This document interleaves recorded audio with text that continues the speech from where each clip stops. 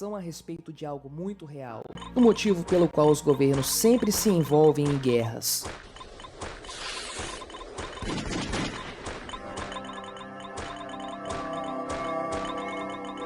Por que os estados se envolvem em conflitos? O ser humano se envolve em conflitos muito antes do início da civilização como a conhecemos. Ossadas de grupos de caçadores-coletores, mortos a golpes de clava e atravessados por flechas, datando de 10.000 anos atrás, demonstram esse fato. Conforme as sociedades foram se tornando mais complexas, a guerra foi tomando proporções cada vez maiores. Durante a antiguidade, os exércitos assírios, babilônios e persas, sucessivamente, se destacaram como os mais poderosos e violentos. Alexandre o Grande, considerado por muitos o maior estrategista militar da história, varreu a Grécia, a Turquia, o Egito, o Oriente Médio e partes da Índia com seu bem treinado exército. E mais notadamente, o exército romano impôs os tributos dos Césares a todos os povos do mar Mediterrâneo e da Europa Ocidental. Sucessivamente, a prática da guerra se manteve como grande pilar do poderio dos chefes dos estados em todas as partes do mundo. Por meio dos conflitos, o governante se apoderava de terras, de recursos e, é claro, de novos seres humanos, que poderiam ser forçados à escravidão ou tornados súditos pagadores de tributos. A guerra, portanto, sempre foi a maior fonte de poder nas mãos dos estados. As guerras asiáticas durante a Idade Média tendiam a ser mais violentas. Por exemplo, as invasões mongóis do século XIII representaram um decréscimo populacional de cerca de 50 milhões de pessoas.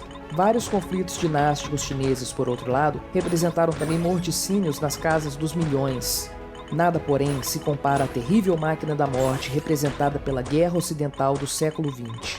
Com o advento da conscrição, ou seja, do alistamento militar obrigatório, exércitos gigantescos foram criados. É importante desde já deixar claro que a conscrição é uma terrível violência contra indivíduos, representando uma verdadeira escravidão moderna, capitaneada pelos estados. Tal prática se tornou mais comum a partir de finais do século XIX e teve como consequência inevitável as guerras mundiais. Esses dois conflitos levaram a uma escalada da violência estatal a níveis nunca antes experimentados pela humanidade.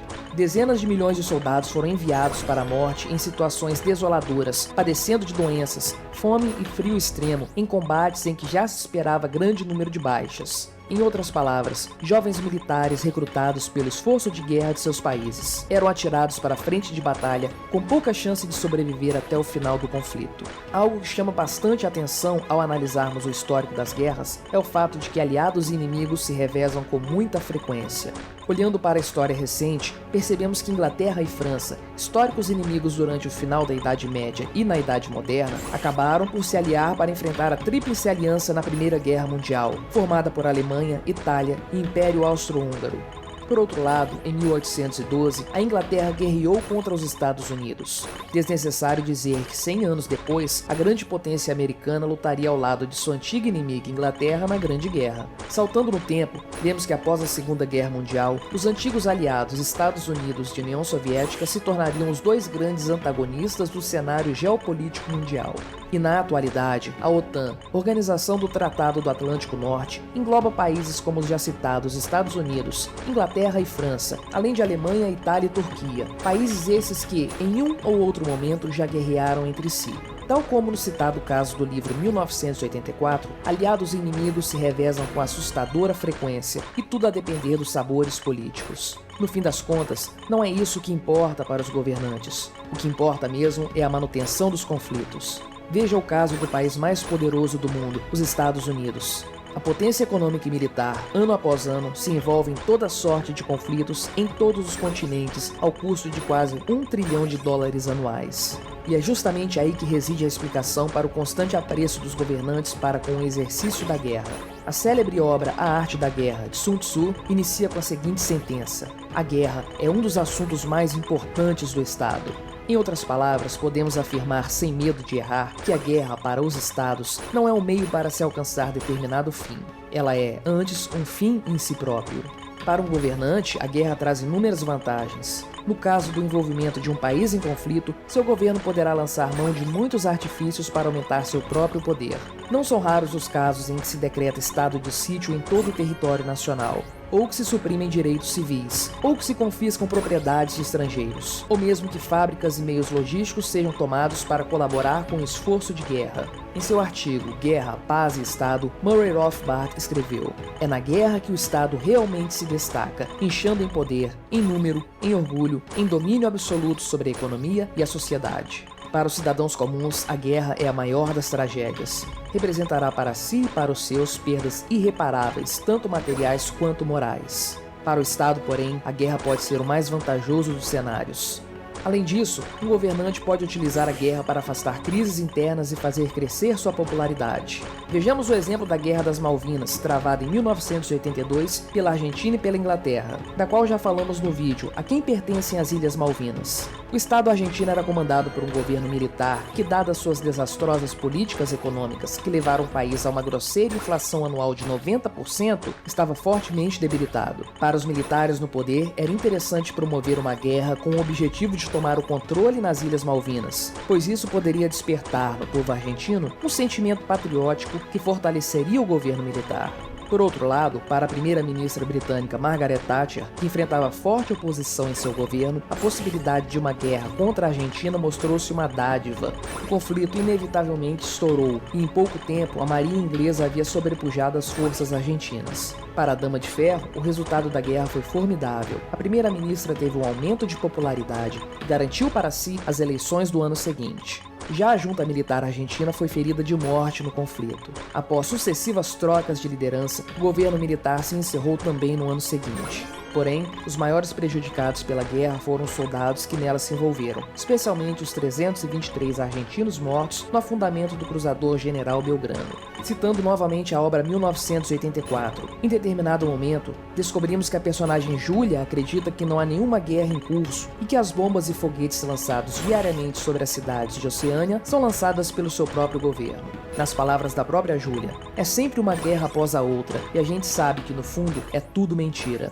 Ainda que tal cenário possa parecer exagerado, o fato é que não se pode descartar facilmente a hipótese de que governantes, ano após ano, lançaram hordas de soldados para batalhas sangrentas, com o único objetivo de manter o próprio poder. Essa é, inclusive, a triste realidade das guerras atuais. Enquanto jovens soldados perdem suas vidas lutando por ideais fajutos, os governantes continuam em seus palácios, movendo as peças de xadrez em seus jogos de poder. As guerras, como as conhecemos hoje, só fazem sentido se forem analisadas sob esse aspecto. O preço a ser pago é muito caro para os indivíduos e também para a sociedade. Os conflitos só são vantajosos, portanto, se for possível melhorar a situação de um indivíduo ou de um pequeno grupo de indivíduos às custas de todos os demais. E é exatamente assim que o Estado funciona, e é por isso que, conforme os Estados crescem, os conflitos se tornam cada vez mais sangrentos. A realização de guerras generalizadas envolvendo exércitos de milhões de soldados não faz o menor sentido em uma sociedade realmente livre. Dificilmente poderemos imaginar um cenário em que seja vantajoso para inúmeros indivíduos se unirem em guerra contra outro tanto de indivíduos. Como a história demonstra, o preço a ser pago, tanto do ponto de vista financeiro quanto em vidas humanas, é muito alto. Conflitos são sempre inevitáveis. Contudo, quando o próprio indivíduo interessado pode ser prejudicado pelo agravamento de tal conflito, soluções pacíficas tendem a ser buscadas. Mesmo, porém, que uma solução por meio de negociação não fosse alcançada, dificilmente veríamos massacres como a Batalha de Stalingrado ou o bombardeamento atômico de cidades numa sociedade livre, simplesmente porque tais eventos não fazem sentido algum, a não ser que haja um estado coercitivo gigante envolvido. As pessoas, em geral, odeiam a guerra. Os conflitos armados representam perda de direitos individuais, o constante terror que envolve o medo de um bombardeamento aéreo ou a invasão de tropas hostis, além de significar perda de poder econômico e, no pior dos cenários, a própria morte, ou a morte dos seus, arrastados de forma não voluntária para o conflito. Olhe ao seu redor e você verá uma sociedade majoritariamente pacífica. Contudo, eleve o seu olhar para o tabuleiro dos estados mundiais e você verá que os conflitos não são a exceção, e sim a regra. No fim, a guerra é mais uma ferramenta que permite ao Estado manter seu poder sobre a população. Não se engane, se o poder de um governante começar a ruir, ele tenderá a apelar para a força. É por isso que podemos afirmar facilmente que as recentes manobras militares chinesas em seu Mar do Sul são uma tentativa de reforçar o poder de seu governo ditatorial. Para encerrar este artigo, citaremos mais uma vez a obra 1984. Em determinado momento, ao explicar para o personagem Winston o motivo pelo qual o partido fazia tudo o que fazia, o personagem O'Brien diz uma frase assustadora e extremamente realista. Não estamos interessados no bem dos outros, só nos interessa o poder em si. Nem riqueza, nem luxo, nem vida longa, nem felicidade. Só o poder pelo poder, o poder puro. Enquanto os estados movem os peões no tabuleiro de xadrez em que vivemos, os indivíduos pagam o preço. Vidas humanas são ceifadas, sonhos são destruídos e populações inteiras são dizimadas. É assim que o Estado se mantém. Não importam quantos tenham que morrer. O importante é reforçar o poder daqueles que estão no topo. Tudo pelo bem do coletivo. Tudo pelo bem da nação. Todo o mal existente sendo praticado pelo bem de todos.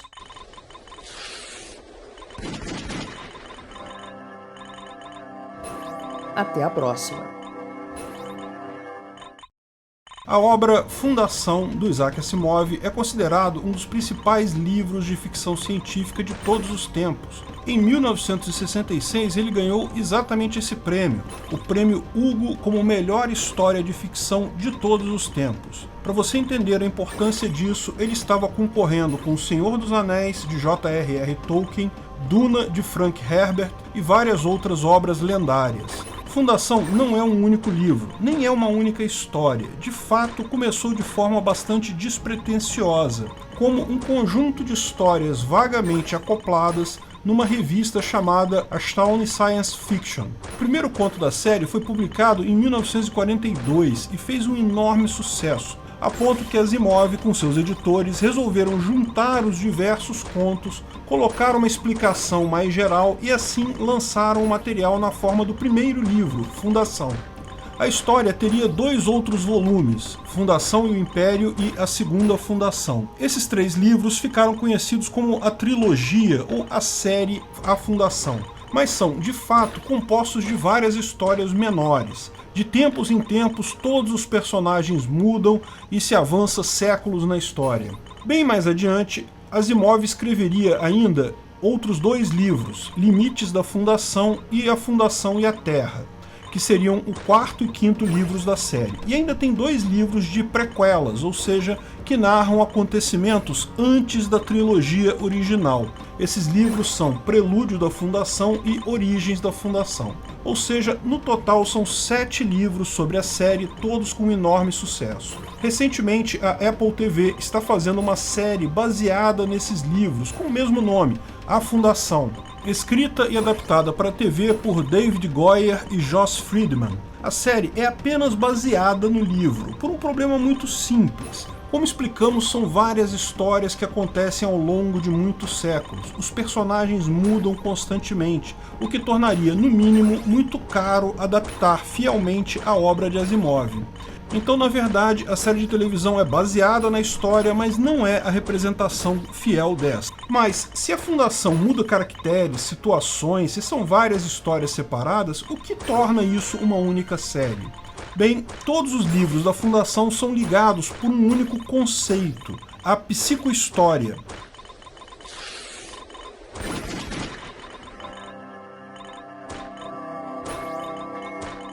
A psicohistória fere a liberdade?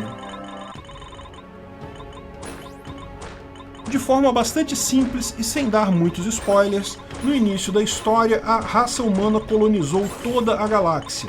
São milhares de mundos habitados por humanos em toda a extensão da Via Láctea. Mas isso é tão no futuro, que a humanidade sequer sabe qual é o seu planeta de origem. Ninguém lembra do nosso planeta atual, da forma como contamos o tempo. A Terra, nessa visão do Isaac Asimov, se perdeu. Ninguém sabe qual é o planeta de origem dos seres humanos. Mas o fato é que existem muitos trilhões de humanos em toda a galáxia e eles vivem em paz sob o grande Império Galáctico que foi estabelecido por Cleon I, com sede no planeta Trantor, e que já dura muitos milênios. Nesse universo fictício só existem humanos. Embora tenhamos colonizado vários planetas, não encontramos nenhuma outra forma de vida inteligente ou sequer sentiente em toda a galáxia. O Império vai relativamente bem, de forma pacífica e próspera, mas então um matemático, Harry Seldon, que é a personagem central da história, cria uma teoria matemática capaz de prever o futuro histórico da humanidade, a chamada psicohistória. Na visão dele, embora seja impossível calcular o que um indivíduo em si vai fazer ou o que irá acontecer com um indivíduo específico, é possível prever de forma bastante clara e precisa o que acontecerá com grandes grupos de pessoas. Ele usa como analogia a lei sobre gases ideais. Quem lembra das aulas de química no ensino médio, lembra daquela fórmula dos gases, PV igual a nRT. Ou seja, um gás ele é composto de trilhões de átomos, cada átomo andando em uma direção e uma velocidade únicas. É impossível prever a trajetória de um único átomo dentro de um gás. Mas, ao mesmo tempo, é perfeitamente possível saber que, se a temperatura aumenta, a pressão aumenta, usando aquela fórmula. A ideia do Asimov, descrita como psicohistória, é que, existindo um número suficientemente grande de seres humanos, embora continue sendo impossível descrever exatamente o que um ser humano fará em seguida, é relativamente simples calcular o que vai acontecer com todos eles ao mesmo tempo. E a previsão dele não é boa. Ele prevê que o Império Galáctico irá ruir nos próximos 500 anos. Lógico, o Imperador e muitas outras pessoas acham isso um absurdo. O Império já existe há milênios. Existem alguns problemas, lógico, mas nada que indique uma queda. Mas pela teoria do Seldon, a queda é inevitável e seguirá um período de 30 mil anos de caos e anarquia na galáxia. Só então, após muitas gerações de humanos vivendo sobre a barbárie, sobre a Idade das Trevas, será formado o Segundo Império Galáctico, que trará novamente paz à galáxia. Além disso, a teoria do Seldon permite que ele tenha algum controle sobre o futuro da história. Na visão dele, alguns elementos chaves, alguns acontecimentos especiais, algumas crises pontuais podem direcionar o futuro de toda a humanidade, de toda a galáxia. Ele até tenta reverter a queda do Império, mas como ele explica para o Imperador logo no início do livro, é tarde demais para isso. É impossível impedir a queda do Império. Porém, ele traça um plano, uma série de intervenções que, colocadas em prática, irão encurtar o tempo da Idade das Trevas para apenas 1000 anos, fazendo com que o novo Império Galáctico se reestabeleça muito mais prontamente. E a história dos contos é exatamente essa. Cada uma das histórias dos livros é sobre uma dessas crises angulares, desses pontos-chave na história que são alterados por Seldon, tornando o retorno à civilização mais rápido. Os livros dele cobrem, no total, apenas uma parte pequena do período de 1000 anos que seria necessário para a volta do Império Galáctico. Ele até tinha planos de escrever até o retorno do Império, mas isso nunca chegou a acontecer.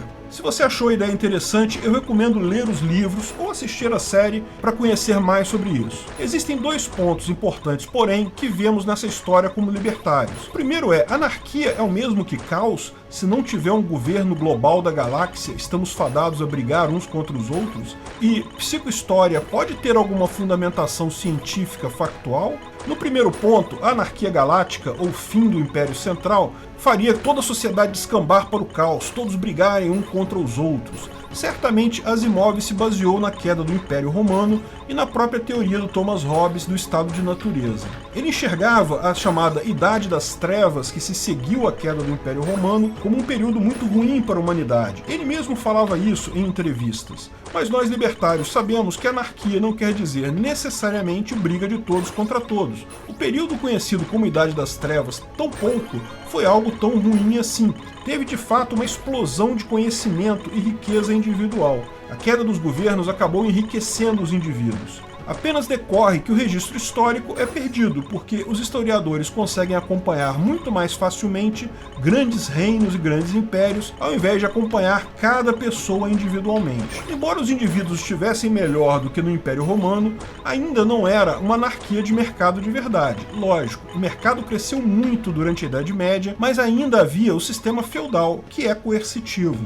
Hoje em dia, e no futuro também, com a tecnologia e informação, é perfeitamente possível que arranjos voluntários tragam paz para a galáxia sem nenhuma necessidade de coação. Aliás, o próprio Asimov reconhece isso ao longo de seus livros. A semente do novo império cresce não com violência e coação, mas com voluntarismo, conhecimento e principalmente trocas voluntárias. Os mercadores são os grandes agentes da formação do novo império.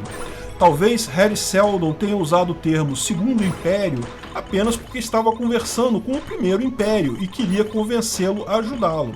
Na verdade, pelo descrito nos livros, parece muito mais provável emergir uma sociedade de leis privadas depois de algum tempo, com a paz sendo mantida pelo comércio e tratados voluntários entre as pessoas. Quanto à psicohistória ter alguma base na realidade, bem, existem muitas teorias por aí que podem muito bem indicar tal ligação.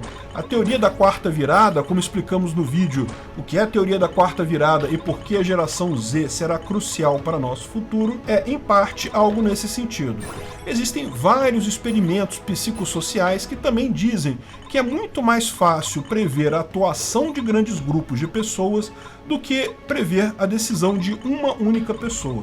Não é de todo possível descartar a psicohistória como algo real. Até porque, como Hari Seldon deixa claro, para que mudanças pontuais que ele propõe na história sejam efetivas, as pessoas não podem saber sobre a psicohistória. Se for de conhecimento de todos, as pessoas já vão mudar seu comportamento de forma defensiva, tornando a psicohistória inefetiva em mudar qualquer coisa. Portanto, se alguém já descobriu a psicohistória, é bem simples conceber que tal pessoa não vai falar para os outros que têm esse conhecimento e poder. De qualquer forma, lembre-se, é um livro de ficção científica. Sempre interessante concebermos tais conceitos, mas não tente extrair muita coisa daí. Como falo na minha crítica lá no outro canal, até mesmo Asimov cometeu inconsistências ao aplicar seus próprios princípios. É ficção, boa ficção, mas ainda ficção.